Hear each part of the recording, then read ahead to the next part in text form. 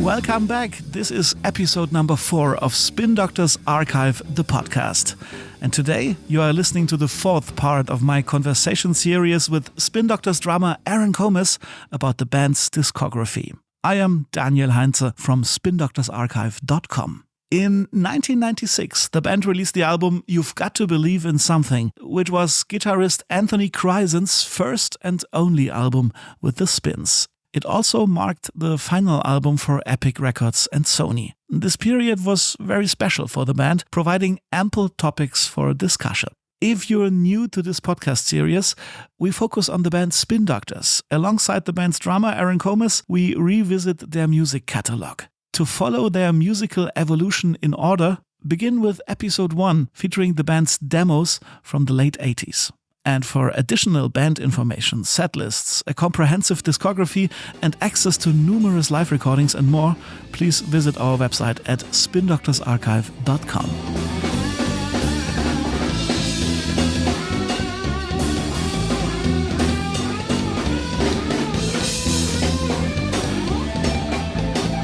Now, here it is. Everything you always wanted to know about You've Got to Believe in Something. Have fun.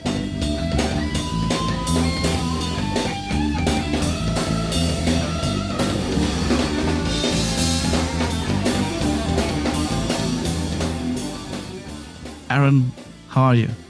Good. How you doing, man? Doing great. Great to have you here. Let's talk about You've Got to Believe in Something, Spin Doctor's 1996 album, released on Epic Records on May 16th, 1996. It consists of 12 tracks. You've Got to Believe in Something, House, Dogs on the Dough, I Can't Believe You're Still With Her, She Used to Be Mine, She's Not You, To Make Me Blue, Bow the Train, Where Angels Fear to Tread, If Wishes Were Horses, Sister Sisyphus, and That's the Way I Like It. And it was produced by Danny Korchmar and Peter Dannenberg.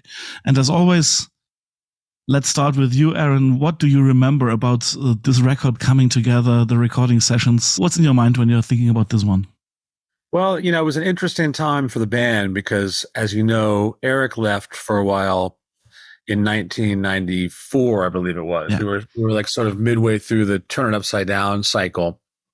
And, we were doing a big summer tour with, who was that with? It was with us and Gin Blossoms? Was this the one? Yeah, that's right. Gin Blossoms and Cracker. Yeah. And we, so Eric left sort of near the end of that. We had a lot of stuff coming up. We went out and we opened up for the Rolling Stones. So we were kind of it was a weird time because, we had to find a replacement. And, it's always difficult.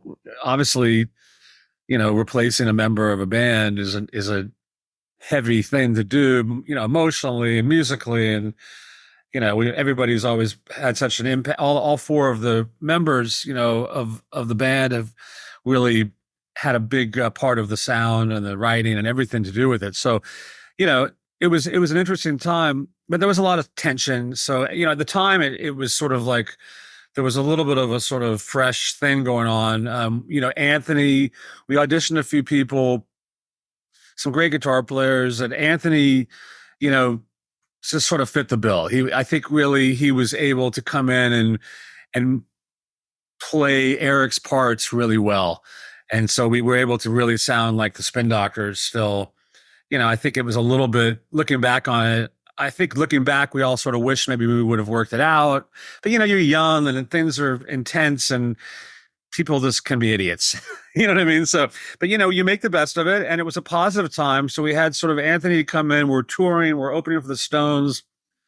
We're having a good time. And, we immediately kind of started writing some new songs. We were on even on tour, right? I mean, songs tour, like She Used to Be Mine appeared in September or something of 1994 I think if I remember correctly, we were over in Europe after the tour in the States. I think we went over and did a Europe tour before we did the Stones tour. And we would just jam on the bus, it sort of turned into, we hadn't really, because of the tension of the band at that recent point, we weren't doing a whole lot of writing. And so, for whatever reason, when Anthony came in, it was just a little more relaxed and we were jamming on the bus. I would pick up a guitar, Anthony, Chris, whatever. And I think the first song that we wrote was She Used to Be Mine. And we started playing it, and so pretty quickly we started incorporating some new songs into the set, which was fun. and we did the Stones. Everything was great. And then we went back home, and it was time to turn it upside down. As you know, it was a bit of a commercial disappointment. I mean, it did great. It sold 2 million records or something like that. But coming up, I still refuse to talk about this record as a disappointment when you know it sold over 1 million. I mean, by today's standards, this is a huge success. I know the comparison to the album before, but I know Kryptonite sold 10 million. So it's from the record label point of view and from the commercial point of view, it was difficult. So we came back to New York, and we really had a really nice, I guess, about a 6-month period where we were just getting together and writing. And Anthony got an apartment in the East Village, a few blocks from me. Chris was living down on Houston Street. I was on 12th Street. I hadn't built a full-blown recording studio yet, but I had a room where we could play. And we would get together almost every day and go to the gym and have lunch and go back to my place and have writing sessions. Or we might go over to Chris's place or whatever. So, and then, Mark would come and join in. And then we were writing we wrote a big amount of songs in that period. We were doing. This was the time where you did those gigs at the Nightingale as the Trips or the Weeds? Or? Exactly. That's what I was about to say, is we were also doing these gigs at the Nightingale called the Weeds or the Trips. And we were using them as an opportunity to play all these new songs. Yeah. So it was fun. We were just hanging out in New York writing songs, and we got a really good amount of songs together. And then we started talking about, doing the new record. Frankie LaRocca, who was our A&R guy and co-producer on the previous two with Peter Denenberg, got us a meeting with Danny Kortchmar. Danny Kortchmar is a legendary guitar player, writer, producer. We all knew about him. So we met him. I remember he came over to my house, and then we all went out and had some Thai food on 2nd Avenue, and we got along real well. And he was just like, let's go in the studio and cut a couple songs, see how it goes. So I think we went in and cut, She Used to Be Mine and You Gotta Believe in Something. Mm-hmm. I think we just did 2 songs. I forget the studio. And he brought in the great Nico Bolas, who's an engineer, legendary engineer. And they worked together a lot. So we did it, and it was great. We really loved Danny. Was really great. I mean, he's a really top-notch producer, great musician. He had a lot of really good ideas arrangement-wise. So we really enjoyed the session. And then we were like, okay, we'd love to work with you, but we really wanted to continue to work with Peter Denenberg as well. We felt like, Peter he's been such a part of the sonic sort of signature Spin Doctors sound. He knew how you had to sound as a band, or he created the sound with you. I mean, it's not that you have to sound. I mean, sometimes it's good to move on and do different things. Okay, there was a sonic signature that he always got out of us, that every time we went in the studio with somebody else, we were never happy with. So, and Nico is incredible. I've worked with Nico on other records. I mean, this guy's amazing, and it was nothing against him. We just wanted to sort of continue on with Peter. So we said to Danny, like, look, we would love to make a record with you, but if it's okay, we want to also continue our relationship with Peter Denenberg. We've had a long relationship with him, and we'd like him to engineer and, co-produce as well. So he agreed to it, which was great. And, Danny Kortchmar is a happening guy. I mean, he didn't have to do it.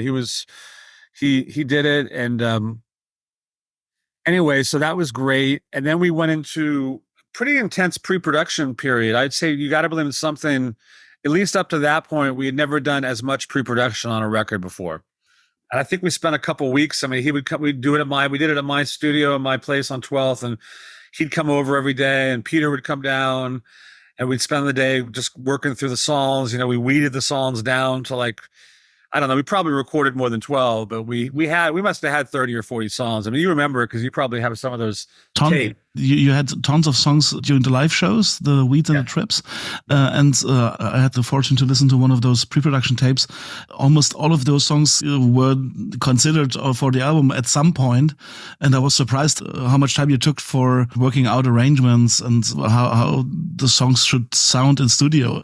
A lot of songs didn't make it, actually. I was kind of surprised when hearing what you were working on, that only 9 of those songs made it to the actual album. But there might be a reason for that, right?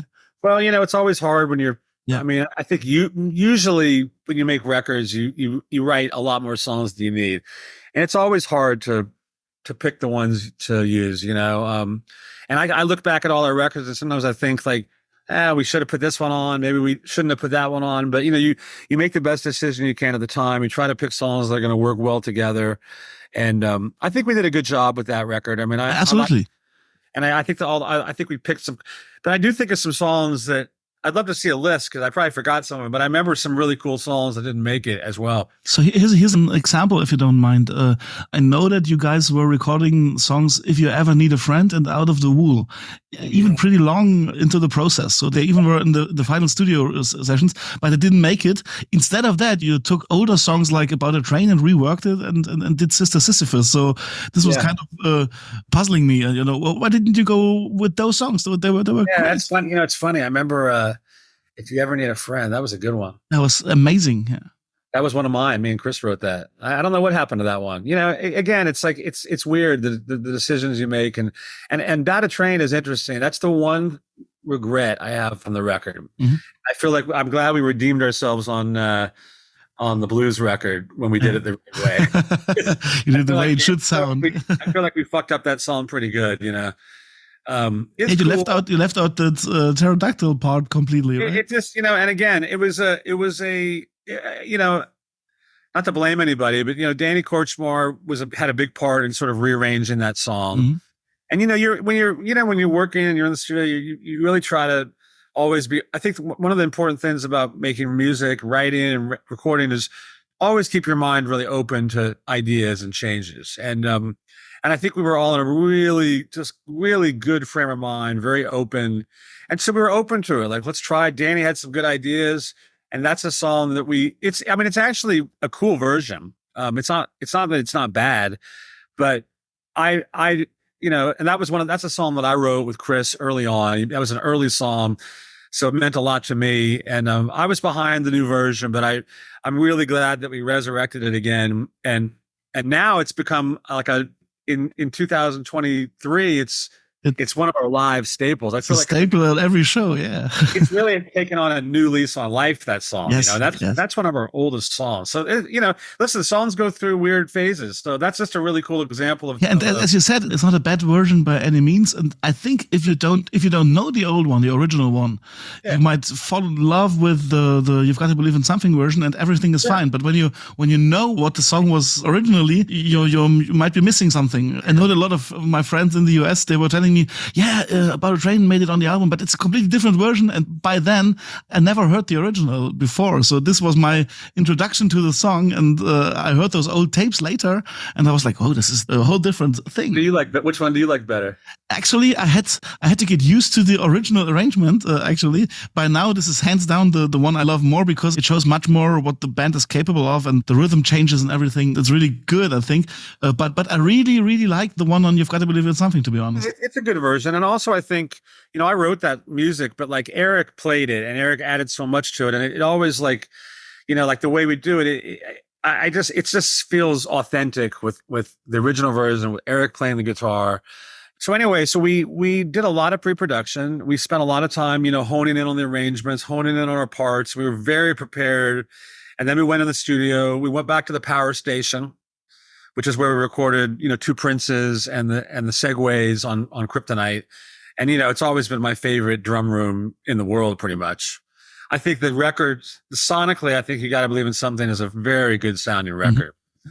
I mean, I'm real happy. I hadn't heard it in years. Me and Chris were texting the other day about some stuff. And in fact, I told him I was doing this, and somehow I brought up the song, Dodging Assassins. Yes. I got a text from him asking if I have a recording from Dodging Assassins, and I told him, yes, I know the one from the Here Comes the Bride album. And he was like, what? We did it on that album. I was like, how can you forget about that? Well, I forgot that I put it on. I forgot it was on the record because, again, we'll talk about it next. Yes, next episode. Yes. I said to him, I said, oh man, we should bring that song Dodging Assassins back sometime. You know, I said we should. I wish we would have put that on that record. And then he sent it to me. So he probably texted you. This is amazing. And I forgot we put it on. Anyway, so then Chris sent me When Angels Fear to Tread off You Gotta Believe in Something, another song that me and him wrote. And I hadn't heard that song in probably 25 years. This is such a great song.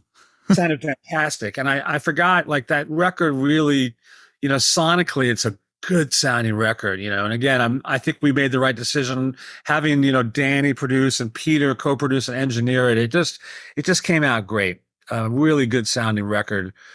So we were very prepared when we went in the studio. Everything was sort of like, buttoned down. It didn't take long. We did the basics. I can't remember how long we spent on the whole record, but we had a few guests come in. We had Bernie Worrell came in and played on a couple tracks, which was incredible.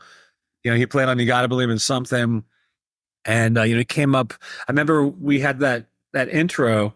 The piano intro. We didn't have that.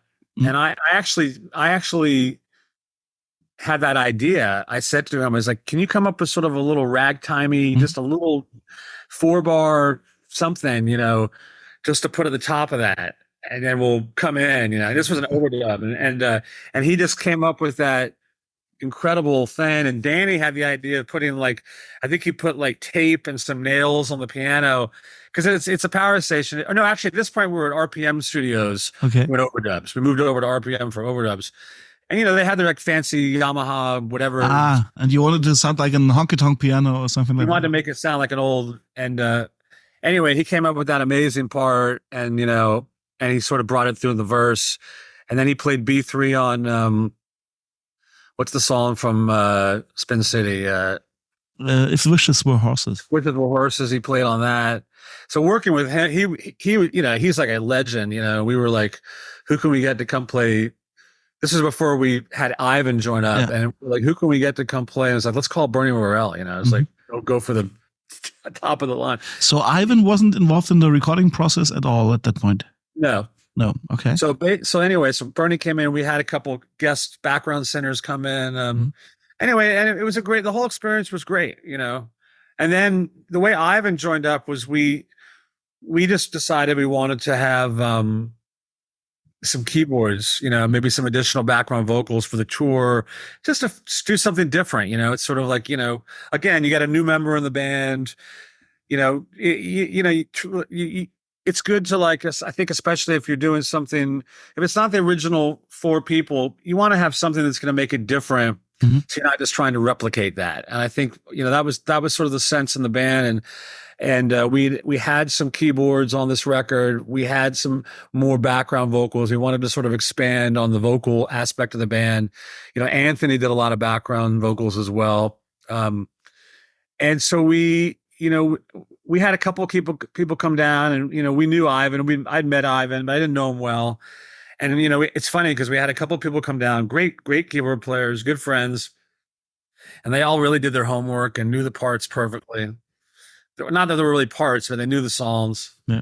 And Ivan came in, and you could tell he definitely did not do his homework. He didn't listen to anything. He just came in, but he was just incredible. He was just Ivan. It was just like, okay, well, if you want to do this, you're in.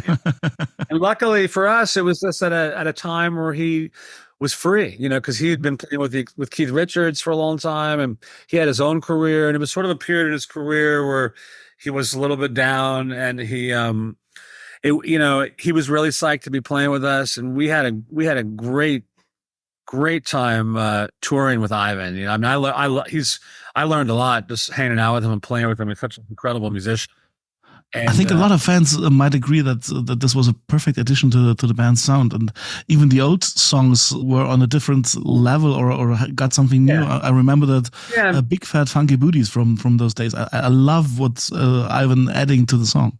I mean, he's incredible. He's one of the best keyboard players on the planet, especially with, like, B3 and clavinet. Funk playing. I mean, he, like Bernie Worrell too. I mean, those guys are like, there's just really nobody better. I mean, so he was able to just fit into what we were doing and add so much. Even like Little Miss Camberwell, he would play the piano. I mean, it was just, he added a great element. And we would do we'd let him sing a couple songs. So the show was really we had a good show behind that tour. Unfortunately, the record just did not do well at all. It came out and it was just a total stiff. There was quite a lot of promotion behind that record. I remember here in Europe, you've been on music television, MTV, German music television for specials, interviews, and so on. So everything was the way it should be. But then suddenly, I read somewhere that Epic dropped you. So how was working together with the record company back then? Well, I mean, I think they seemingly everybody seemed to really like the record, and it seemed like they were going to give us a good push. And we did go to radio. I think "She Used to Be Mine" was a single, and we did a lot of we did a tour, we did radio shows. But I think there were some problems. I think the label kind of I think it would it came out and it didn't just go right to the top. And I think they, instead of sticking with it and putting the muscle behind it, they kind of just blew it. And there was some other shit we were, without getting too into it, we were supposed to get the ad on MTV with "She Used to Be Mine," and I think the guy over there pushed one of the other bands instead, and we lost that. There was just a whole lot of things that didn't come together, and unfortunately in the music industry, and especially then, coming off the success we had, this was already Turn It Upside Down was down, and so there's not a lot of it's not like the 70s where labels would just keep pushing you record for record. So they lost interest and the record stiffed and they dropped us. I mean, I remember we did a Horde show in New York City, and the president of the label, Richard Griffiths, who was a good guy. He signed us. He did well by us, but he came out and shook our hands and said, "It's been great. See you later." It's and that was it. And all of a sudden we were off of Epic and we had this record that was dead. Such a weird situation.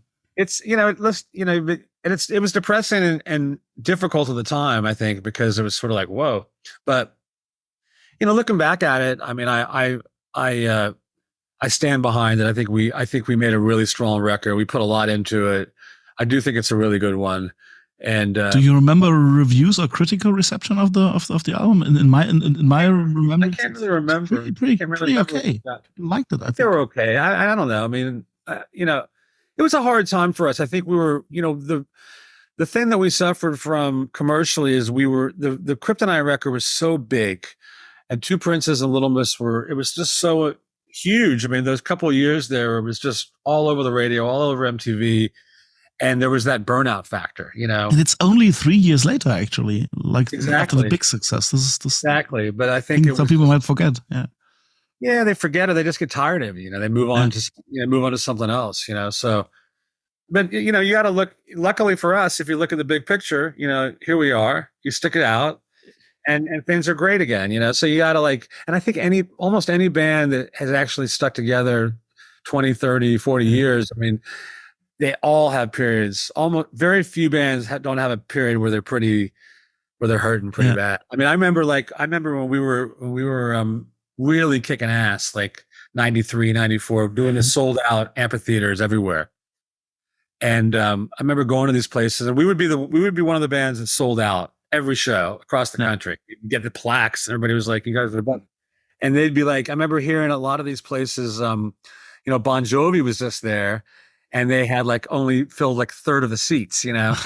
It's but 4 or 5 years later in the 80s, they were playing stadiums.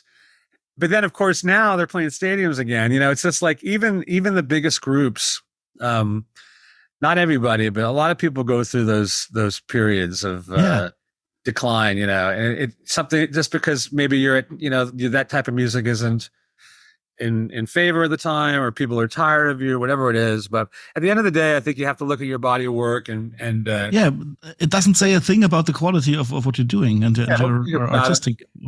And I have favorite songs and favorite records we've made, but I do stand behind all of them. And I think that You Gotta Believe in Something is a really strong record. I think it really holds up. And I think it was difficult for us because we did lose a major founding member of the band, and we had to sort of plow through, and I think we did as good of a job as we could have under those circumstances. And it was, and we learned a lot too. I really enjoyed working with Danny Korchmar, and he was incredible. We all learned a lot about making records and producing with him, which then sort of carried over to the next record. But it was a overall, besides the fact that it didn't do well, it was a positive, it was a fun time. We had a good time. At the end of the day, we decided to, sort of after that whole period was over, we didn't really know what to do next.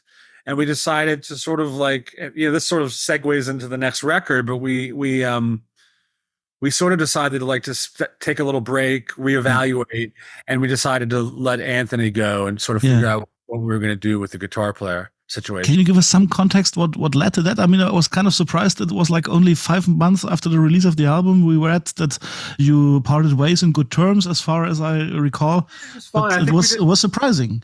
Yeah, I mean, I think we just, you know what, again, we had a really good experience with Anthony, and he contributed well. He played well. He was a good writer, nice guy to be around. No problems at all. I think we just, because things really were at a low point for us, we just wanted to, like, we really weren't sure what we were going to do. And I think we just decided, like, we want to, like, just either, like, sort of just open up the possibilities for change here. And, I mean, so we just decided to rethink the guitar player thing. And I called him up, and he was totally cool about it. I just was like, hey man, we're just going to do something different. Thank you. I mean, it was he couldn't have been cooler. I think he really enjoyed the time with us, and there was no bad blood or anything, but we were definitely going into like, we didn't know what was going to happen next. We were kind of like, and I'll talk to you more about that when we do the next. Yeah, absolutely. So yeah, for the moment, thanks very much for all this insight on You've Got to Believe in Something. Be sure that this is one of the most well-loved records on the fan base until today. I get a lot of emails on the Spin Doctors Archive site, people asking, why don't they play more of that album? That was fantastic. A lot of people mentioned the great sound of the album, and the tracklist is flowing perfectly and so on. So yeah, this is a totally cool album, and it was a pleasure talking with you about this album. Thank you very much. I should just add one more thing. Yeah, sure. The house. Yes, with Bismarcky. Yeah. sort of like Bad a Train. Like, we did a totally different version. Yes. Because if anybody that knows the original, like if you have old bootlegs, it's completely different. So it was, again, sort of weird. Sort of like, okay, the thing about House was we had tried to record it in the past, and as you know, Chris always sings different lyrics. He makes up the lyrics on the spot. Yeah. On the spot. It's based on what's happening, who's on the show, just whatever it is. And so it just never really worked when we recorded it live. I mean, recorded in the studio. And so we decided, I can't remember how, but we decided to sort of like, he was going to write some lyrics that were going to sort of like stick. We went this whole thing. We made a drum loop and the backwards thing and all this weird shit. And it was Anthony came up with this like weird acoustic loop, and we just went for it. We kind of rewrote the song. And I think it's a pretty cool version. And then I think we did that. And then later what happened was we ended up doing That's the Way I Like It, Casey and the Sunshine Band cover for the Space Jam soundtrack track with Bismarcky. So we did that with Bismarcky up at Acme Studios. And I guess this is before that You Gotta Believe in Something came out or something, but he was there and we're like, hey, why don't you, sing on House, rap on House or something? And he did. And Bismarcky was just the coolest, man. I mean, I didn't know a lot about him except for that crazy song. What is it? I Need a Friend or whatever, that hit he had. Remember that? I learned about him from your album, actually. Oh, well, so he's I a didn't legend, know him man. before. You got to go back. I mean, he had this. Yeah, I know that he had a hit before that. Wild song, I mean, I remember the first time I heard that, I was just like, what the fuck is this? It was like so bad, and it was great. Yeah, but it turns out that he's great. And the thing that really blew my mind about him was he is a musical, like, encyclopedia, particularly rock music. I mean, he just knew everything about, you could name any song from any era and he knew everything. Who wrote it, who played on it, who produced it. It was why he really was like a DJ, encyclopedia. Yeah. And that was a lot of fun doing that. It was kind of off the wall. And that was probably, in some ways, that was the two cool commercial things that happened for us from that record was, one, we got the theme song to Spin City. To Spin City, yes. That was cool. With what's the song called? If Wishes Were Horses. Yeah. Horses. And then somehow through it all, we ended up doing the cover for the Space Jam record, which actually was a massive record. Yeah. That was back in the days when soundtracks sold, millions of records. Yeah. So even though we didn't write it, we had a song on it. So, and that song was actually a minor hit in Tokyo, in Japan or something. Oh, great. So, there were a couple even though that period was not the most fruitful, there were a couple actually cool things, that did come from that. And so it's worth just ending on that note, Yeah, and it's well worth talking about it and bringing this album back in the minds of the people. Yeah. Thanks. Thank you very much for talking about You've Got to Believe in Something, Aaron. Sure.